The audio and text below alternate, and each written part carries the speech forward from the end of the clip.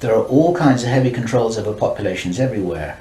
And then the next thing that happens in this chess game that's being played is that biological weapons are released on China.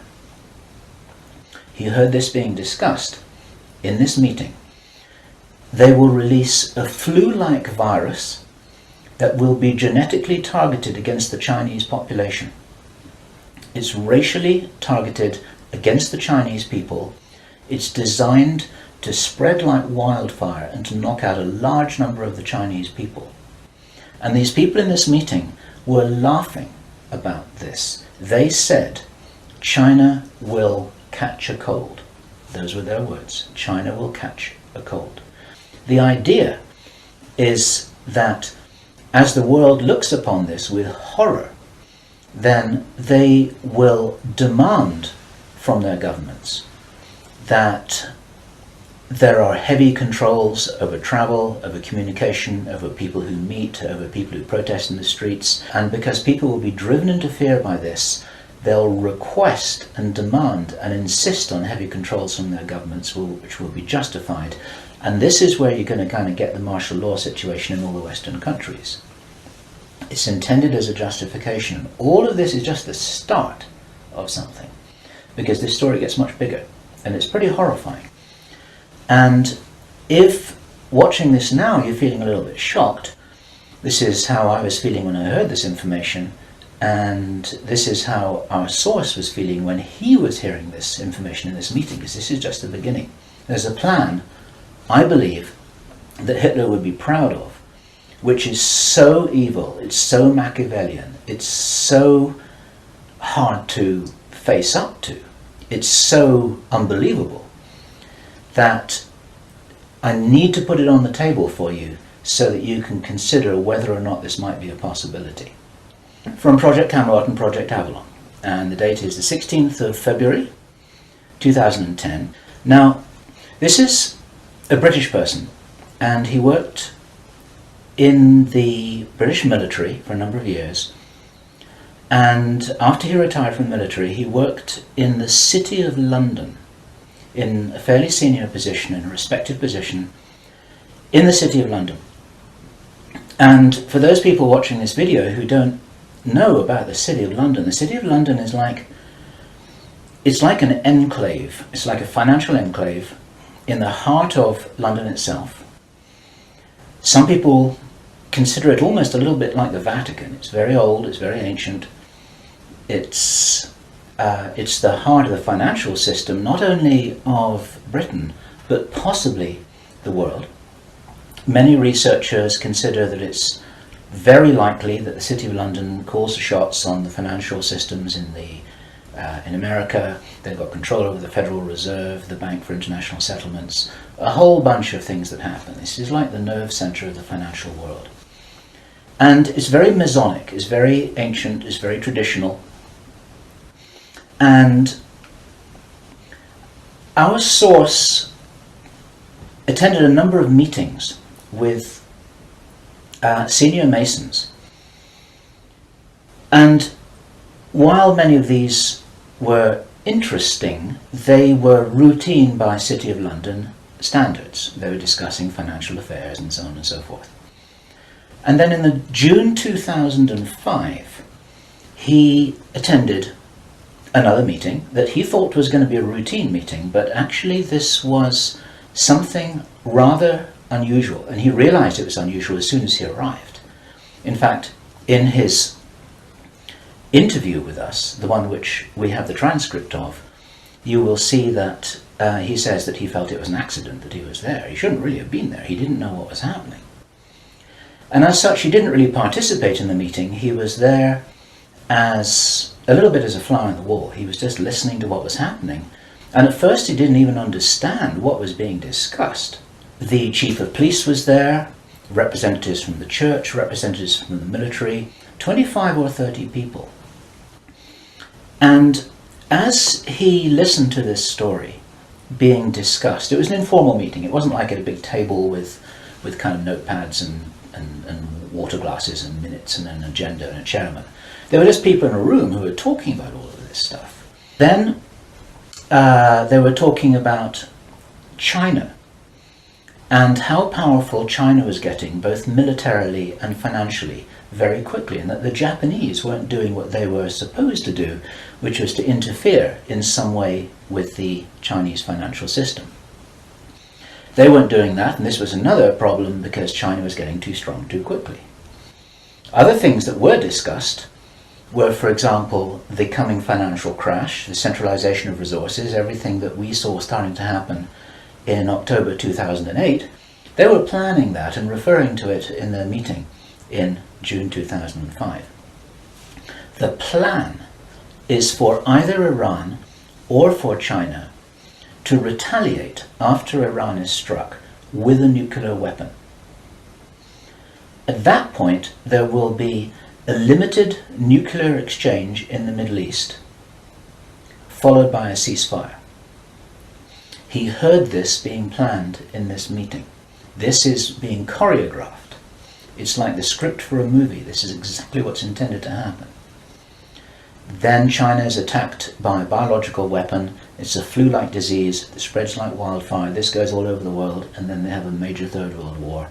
And then, by this time, 50% of the population will be destroyed. And not only because of the war or the plague, but because, as many of you watching this will understand, the infrastructure goes down in situations like this. There's no food in the supermarkets, there's no gas in the pumps, the telecommunication goes down, there may not even be water coming out of the taps.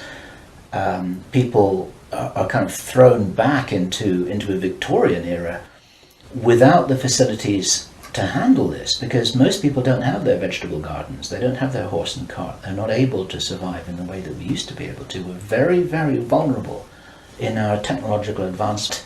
Then what effectively will be a kind of plague will actually spread right across the world to the west as well. Our source was not clear whether this was a Chinese retaliation or whether the thing would just spread out of control in the way that it would be very understandable if it did. Whether it's racially targeted or not, these things actually mutate. A pandemic that really is sweeping across the world and really is killing people very visibly, and you've got this totalitarian military lockdown in all the governments in the Western worlds because everyone's going to be in panic about all of this. And then, he said, then the real war starts. Something that would be justifiably called the Third World War, with a much more major nuclear exchange. And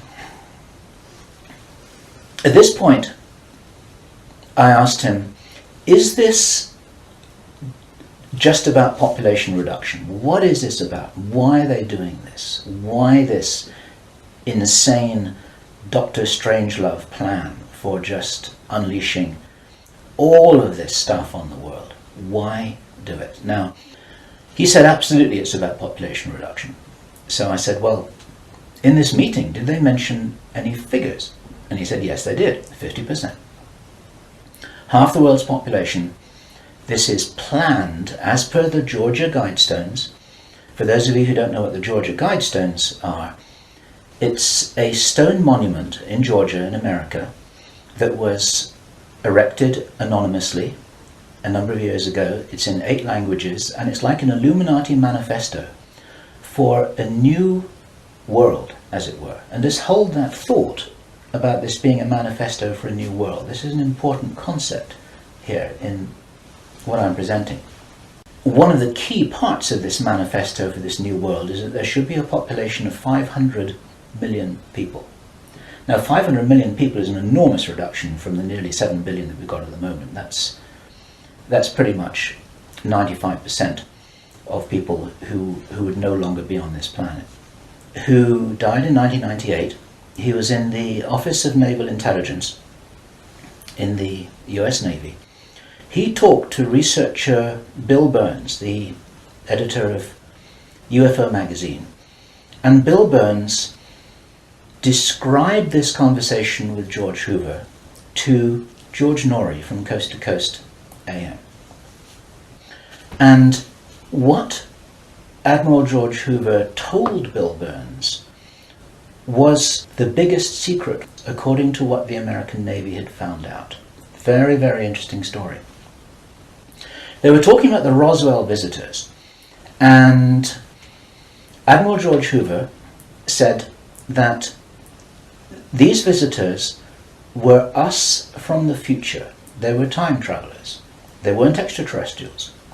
Now, other researchers and whistleblowers have spoken about the same thing. And this is fascinating in itself. But what Admiral George Hoover said the biggest secret really was, it had to do with the abilities and the power of the consciousness of these travelers.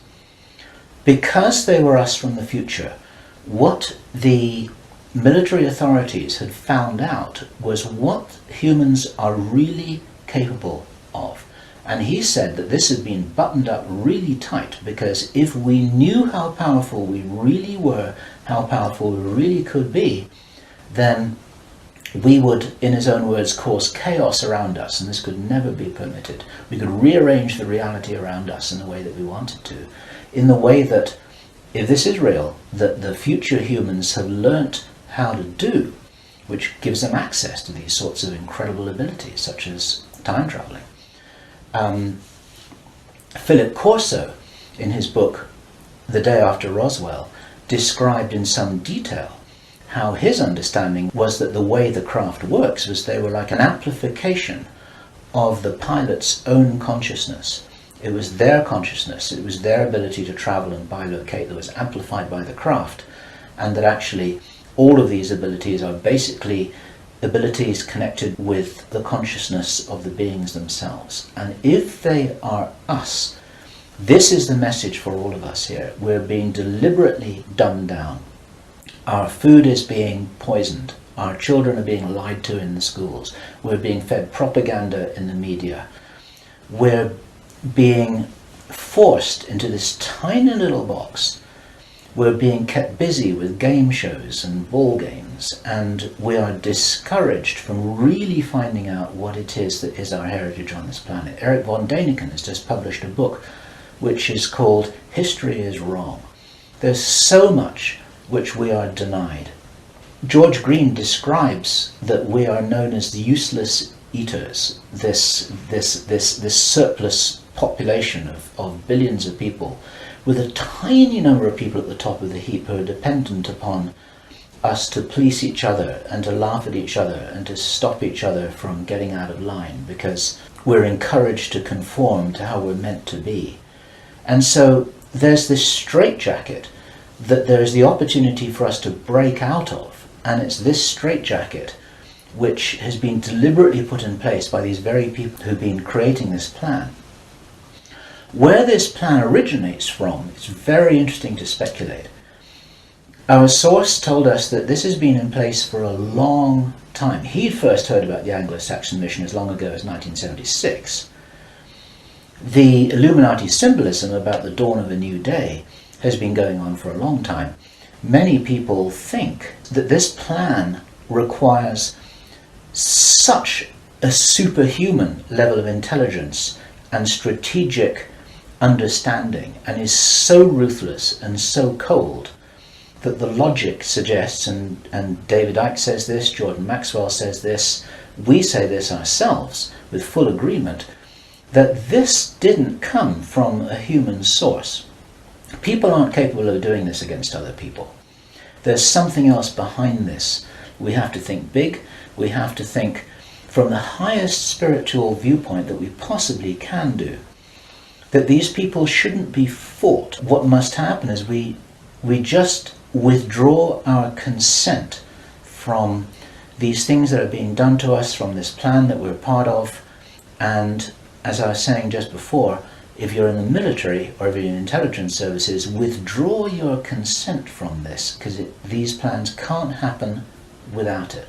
The reason that I have for not believing that anything is fixed, that we're all doomed, that anything really bad is going to happen, although I think we've got a lot of problems to solve, is because I wouldn't be here, and neither would you watching this now. I'd have incarnated on another planet. I'd have gone somewhere else. I'm not going to go and sit here in the firing line with no possible way of escaping. there's a job to do here, and many of you watching this will be aware of the fact that we're here to do jobs. It's what Dolores Cannon calls volunteers. We may be here for a reason.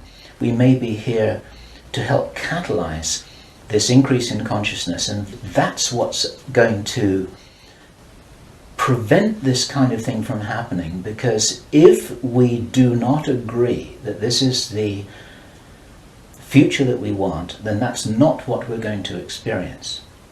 We do all co-create our reality, we do all have a part in it, and I profoundly believe that by becoming aware of these plans, this is the way that we avert them. There's a difference between prediction and prophecy. These are two words in the English language that are easily confused with each other.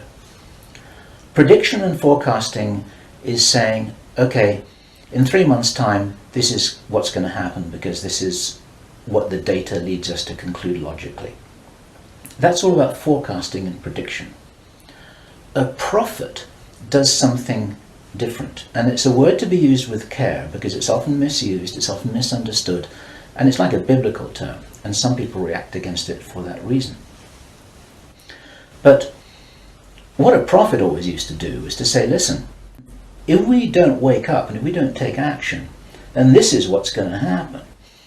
And the purpose of the prophet giving this prophetic warning is not to warn people that it will happen, but to say, listen, you got to change something here. You got to change the way you're doing things. You got to change the way that you're being. You got to change the way you're interacting with each other. You got to change your whole attitude. Whatever it is that you change, then the purpose of the change is so that this prophesied event doesn't happen. And so what we have here is we have a kind of prophecy. It's not a prediction. And I'm using this word very, very carefully because the reason why I'm making this statement, the reason why we're releasing this information is to make sure that this doesn't happen. Those of you in the military and the intelligence services who may be watching this or may have had this brought to their attention, you don't have to do this stuff just because you're told. You need to support what's best for the human race. You don't need to follow orders if it's going to lead to a huge destruction here, which is in no one's interests apart from the controllers who have an agenda of their own, and that agenda doesn't feature you and me, that's for sure. Okay, so that's the end of my presentation. I want you to consider this information. I'm not urging you to believe it. I want you to research it. I want you to check it out. I want you to read the transcript carefully, and I want you to see whether this correlates with anything else that you know and understand that's come to your attention. We're all working together here. We're not trying to force you to believe anything at all. We need to be careful about this information, but at the same time, if there's any chance that this is true, if there's any chance that this is for real, then we have to know about it, okay? And if you are not sure what it is that you should be doing, then I say the same thing that I always say, which is do whatever it is that you came here to do, because most of you watching this video are here for a reason. I do understand that you may not know what the reason is yet, but you're probably here for a reason. You're probably watching this video for a reason. Do whatever it is that you came here to do. This is Bill Ryan, Project Avalon, Project Camelot. It's the 16th of February 2010. Thank you.